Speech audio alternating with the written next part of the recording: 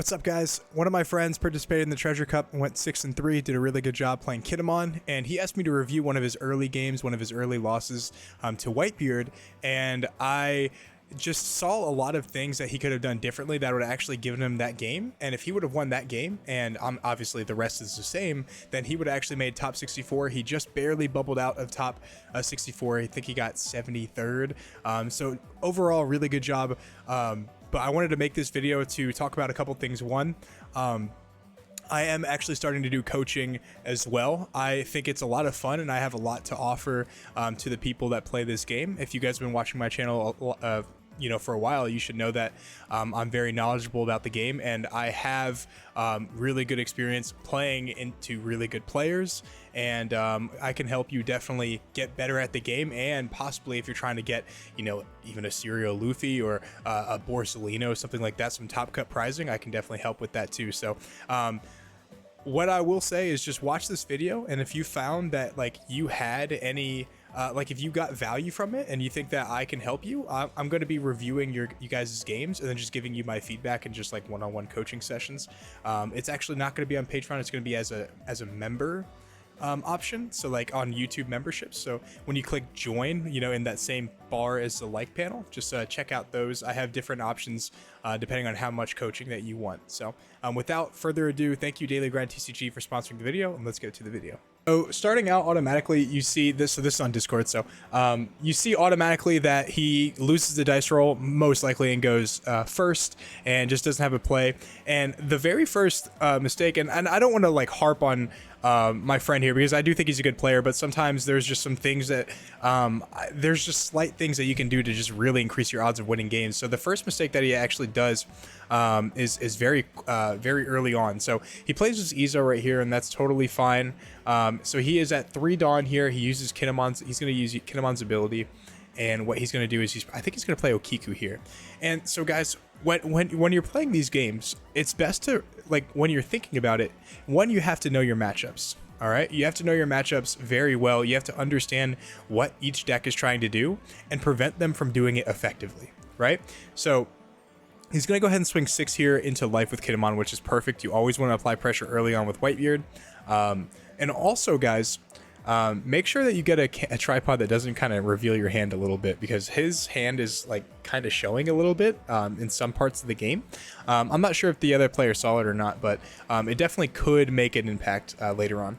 So he gets rid of a guard point here, which I think is crazy, right? I mean, if you don't have a 2K, just say that, bro. That is a weird thing. And maybe he has 4 of them in hand, who knows? But so he uses guard point, and he swings 5 with Izo here. A lot, when you don't have a play. So this is revealing that he doesn't have a speed chill or an Atmos, which automatically means that he's not applying nearly as much pressure as he would like to, right? Because a 4/6 is definitely good. And let me pause it right here. Let me stop it right here. So right here, I always say that going against Whitebeard, and even a lot of my friends that are pretty good at this game agree as well. I prefer to sit at anywhere from 2 to 3 life with going against Whitebeard, as long as you have cards in hand, because when you discard too many cards early on, they're going to start trying to math you out later on in the game. And when you start taking life, it's going to be easily read as, okay, he doesn't have the counter for this. Later on, actually, in this tournament, he does play a Doflamingo and counters out very early on, and he starts getting mathed out by 6K swings, and it's it's pretty obvious when you're okay, he took the 6K, he doesn't have any 2K, so I can just, I don't need to use the extra Dawn, I can just keep swinging 6 and still get through and still connect. So I prefer, even if he swings 5 here and you take it, or you use a 1K counter, preferably, honestly, maybe you use a 1K here if it's not relevant, like a Riser or something like that. But even if you do take this 5 and he puts that Dawn on Whitebeard and swings 7, I would much rather you take both of those hits and then save cards in your hand to later defend your board, because your board is actually going to win you the game into Whitebeard. So let's go ahead and continue. So he counters out a 1 with Izo, and then he takes a 6K swing and just goes ahead and he passes his turn with 1 Dawn up. So what does he do here? He still has access to Kinamon's ability, which can play Land of Wano with 3 or higher to a Land of Wano with 3 or higher for 1 less cost. So he does something else here that I don't like at all. So he goes ahead and he attacks into the the Ezo. I'm gonna pause it here again. I'm sorry if I'm gonna pause it. I'm not gonna try and make this video not too long, okay? But so instead, right? So that Ezo is not really providing a whole lot of value for that Whitebeard, because Whitebeard needs to save some Dawn for their events, and then also their characters are usually pretty big. So attacking, like, and even if they do play that version where, like, if they're playing a bunch of if they're playing Makino, they still have to get rid of a 2k in their hand to put pressure to swing at 5. Right? And that's actually totally fine, because you don't like lose to Ezo swinging 5. You lose because they have too many counters in hand. So if they want to use that, if they want to use a Makino to boost that Ezo to 5, I believe that's totally fine. And swinging at it, honestly, is just irrelevant. I don't think it matters at all. It could come back to haunt you in like 4 or 5 turns, but like the game is more often decided by them having too many cards in hand than them, using that Makino to triple boost their Ezo 5 or 6 turns later when it really matters. And usually you can just take it out later on when you don't have better plays. So he swings at the Ezo, which I believe is a mistake. I believe that he should have put 3 Dawn or 2 Dawn on his leader and swung 7 and left that Okiku untapped, because now that Okiku untapped means that his Marcos or Atmos or Luffy or whatever he plays is actually going to be rested automatically with Okiku's effect, and Okiku is just another body on the field. Also, the reason he did this is because he searched for Odin, right? And Odin, he wants Okiku to basically be a pseudo blocker, to not take an extra hit, so he can play Odin on curve on 7 Dawn, which is actually okay. But if that were the case, I'd much rather him just put a bunch of Dawn on Okiku and the leader, and then swing high thresholds at the Whitebeard, just because you can get him severely off life curve, right? So if he takes like 2 early life, or discards multiple cards to get rid of these big swings, and you keep this Yamato in hand, then he's at a much worse state of game, right? So we'll unpause it here. Now he has a clear board, and then it looks like our Kinemon player is winning right here. He has a 4/6 on the field. He's got his Okiku on the field, who's basically going to be a blocker. But that Okiku really can put in work later on, especially because they play cards like Fasa. They play, obviously, the 4-cost Marco, and some of them are opting to play Chopper. Then he goes ahead and plays Luffy and swings 6 at life. Again, I don't think you should... he swings 6 at the Okiku. And then he lets it go. And then he swings. So here's what I don't understand right here, right? So he lets the Okiku go. And then when he swings 6 at life, he still has 4 life, guys. It's still a ton of life into Whitebeard, and you already have the advantage with a 4/6 on the field that can evenly swing into Whitebeard. I think he should have just taken that hit, and later on being able to like use that 2k to like defend when it really matters, because right now it doesn't actually matter that much. Okay. So obviously he's going to swing 6 at the, I believe it's life or Luffy, either one. He's going to 1k counter out of that. And also, guys, I don't think he should have used that. I don't think he should have swung with Yamato right there, because now that it's sideways, he's going to have to use his resources to attack it, right? Like, he's going to have to use his resources to defend it, and then the Whitebeard has to attack it. Or it doesn't have to attack it, but he will attack it, right? But you'd much rather that card be something that takes cards out of your opponent's hand later on. As you can see, the Whitebeard player only, and I know I say only has like 7 cards in hand. So if that Yamato stays untapped, along with the Odin and your leader, you're putting a tremendous amount of pressure on the board for next turn. Especially because I'm pretty sure this is the turn that he plays Ace to try to reestablish board control. Right, so if you would have played Ace, you would have been able to, with Luffy, with you 2k counter out of at least one of these, right? Maybe you take 2 life and you're chilling at 2 life, but then you clear their board next turn, and we'll talk about that in a little bit, right? And sometimes, guys, like I did this today. I actually won my locals today playing. I know I was playing Zoro, but I did play against a bunch of really good players. I played against Alessandro right here. Oh, I'm sorry, I didn't mean to say. I played against our Kinemon player right here. I don't know if he wants me to say his name or not. I played against another guy who topped 16 at the Treasure Cup in Gen Con, and I played against I played against another guy who topped 16 at a Treasure Cup in Miami back in set 1. So I played against a bunch of really good people, and when I was playing against these people, I told myself, like, I took a deep breath, and I said, what can I do to win this game? What wins me this game? I can't grind out against a Kinemon. I can't grind out against a kid. So maybe I just have to rush down his life. you know? And I took a deep breath and just thought about it. It's not about the player that you're playing, it's about the deck that you're playing. What gives you the best advantage? So right here, he goes ahead and plays Bonnie, okay? And Bonnie's going to search the top 5. That's totally fine. Don't disagree with that play at all. And he's going to search for, I believe it's a Pooh here, right? That's good. Getting 2Ks to your hand is always good into Whitebeard because they're always trying to swing 6 or something like that, you know, like 6 or 8. A lot of times they don't swing like 2 over for some reason. I guess for just Dawn purposes, like Dawn saving purposes. So right here, he has access. So he gets an Apu in hand, right? I'm going to pause it real quick, guys. The other guy, I think we established I think he had 7 cards in hand, then he played Ace, and then drew a life. So he still has 7 cards in hand, 1 Dawn up, okay? And what could that Dawn be? It could be a Radical Beam. A worst case scenario, it's a Radical Beam. That's just one of Radical Beam. Which means if you try to clear his board with Odin, you have to go to 11 pretty much. 11 like guarantees he gets 2 cards out of his hand. Okay, and now our Kinemon player has 7 Dawn at his disposal, right?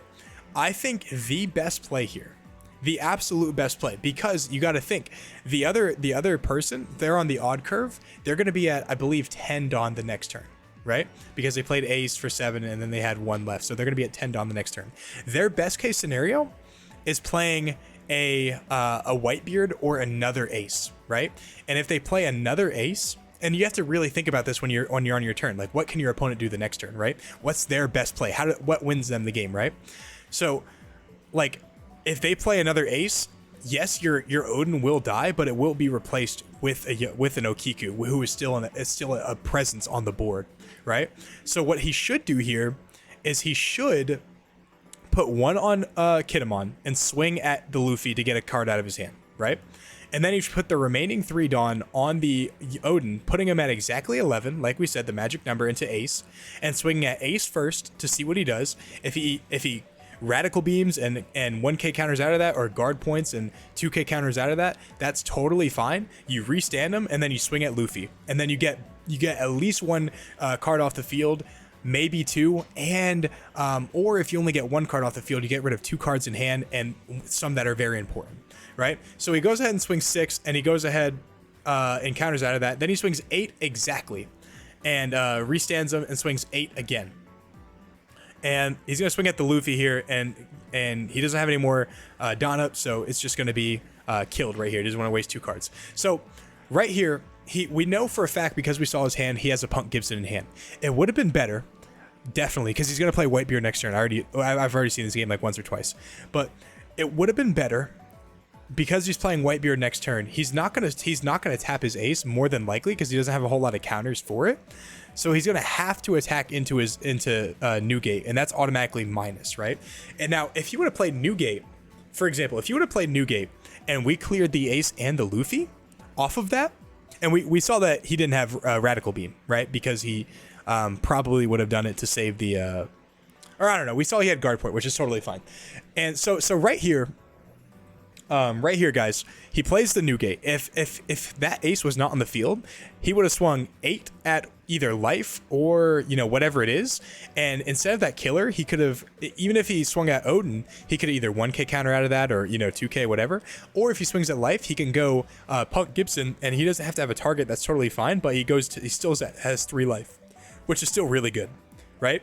And then the next turn, he has 3 life, and then he has Odin double swinging. And Odin double swinging high, or just like establishing his board, would be insane here, because look how many cards he has in hand. He has like 5 cards in hand, 6 cards in hand, right? That's not a lot for Whitebeard. That's a very doable number right there. So we see his hand right there, which is obviously, again, not good. He's got a Yamato, he's got Momonosuke, looks like he's got a beige, Toki, things like that. He's gonna go ahead and use the Bonnie, and he's going to search for another Apu. That's really good, guys. That's really good. So he has defense. He has the life to combat this board. And at this point, I think he's in a winning position. Even though he did make that slight misplay, I still think he's in a winning position here, right? And at this point, even if he didn't make all those plays, searching with this Momo is good too, because it makes him choose between whether attacking life or attacking Momo. Obviously he's going to use one of the life cards, or he's going to use the Newgate effect to kill one of them, but he has to allocate attacks to killing The other one, or it's going to just keep giving him 2Ks or like other cards that are valuable, you know, like Punk Gibson or, you know, like things like that, right? Paradise Waterfall if he plays it, Toki. So just cards like that in general, right? A Law would also be really good here. I'm not sure if he plays Law, or a Hawkins would be good too. So right here, what he could do is just swing really tall with Odin, and then basically if he swings tall with Odin here, despite him not doing what he did last the optimal play last turn, he actually can just swing 12 into the Whitebeard. He's gonna go ahead and take that, right? Unless he wants to, you know, radical beam 1k out of it, because he's at 8,000 right now. He's gonna go ahead and take that, or he's gonna use a ton of cards to counter out of it, and then he has less cards to use to defend the next turn, and then you just restand the Odin and just be like, okay, try to kill me, right? You know, and let's say he does take that life, you know, with the 12k swing. That means at the end of his turn, next turn, he's going to have 0 life, and you're going to have that Odin on the field. Odin can do 15-15, and with the amount of cards that he has in his hand, the Whitebeard player, that is almost like guaranteed game right there, right? Especially because in his hand he has cards that can rest blockers. It looks like he has Nekamamushi. I'm pretty sure he still has that Yamato in hand as well, the 4/6. So that is a winning situation in my opinion. Now he thinks for a little bit here. I'm going to go ahead and fast forward it a little bit. That's fine. So it's our Whitebeard player's turn, right? He's going to swing 12 at something, right? 12 at something and popping the blocker Toki. And if he does that, it's probably going to get met with a Punk Gibson. I think it's probably into the Odin. Yeah, so 12. And then I think he's going to counter out of this one with the carrot in his hand too, which is smart. Save the Odin. The Odin's very important. It's the X-Drake. Okay. X-Drake's good too. All right, so the Odin is not safe, but relatively safe, because he has to go pretty high on the ace to get card to kill it as well. Because I still think he has a couple 2Ks in hand. We know he has at least 2 because he searched for double Apu. Right, so right now this Odin is his win condition. This Odin is absolutely his win condition. And guys, like Whitebeard, what he wants to do is just like play big characters and just get cards out of your hand, eat cards out of your hand. If you have a threat, he'll probably swing pretty tall at it and just try to get that off the board. Your main goal is just keep swinging at him while building a board, right? And then play a card that he just can't get rid of efficiently. Like cards like Hawkins, right? Just keep eating cards out of his hand. That's what Whitebeard wants to do. What Kinemon wants to do is like, everyone understands Kinemon doesn't really like have a whole lot of counter power in his deck, right? Even with cards like Carrot, who, you know, aren't searchable. Kinemon plays Yamato, they play Odin, they play Beige, sometimes they play Hawkins, they play Krieg, you know, they just have a lot of non-counters in deck. So like your goal is to basically establish a board that like they kind of like have to go for the board, so they don't just like kill you when you're not like expecting it. Does that make sense? Right? So like Kinemon, like if you swing at his life very, very consistently, then he's going to have like almost no cards in hand or no life, because he just has almost no counters. And this is kind of like, this is kind of one of those situations where it's like he feels like he can just math out this Odin. And luckily for our Kinemon player, he actually has 2/2Ks that he's going to be able to save this Odin with, which is usually really good, right? But it's just, the problem with this is now he has no cards in hand. So if he doesn't kill him this turn, then he's probably going to lose the next turn. So look at this. I'm going to pause it real quick, right? So Kinemon right here, right, has 1 card in hand. If he would have swung tall the last turn, right, and he would have taken that extra life, he would have been at 1 life going to 0. And if that Odin lives with that Yamato on the field, he has a 6K swing. With 1 Dawn on his leader, he has a 6K swing, and then he can go 14, 14, right? He doesn't have that many cards in hand. It would be game over right here.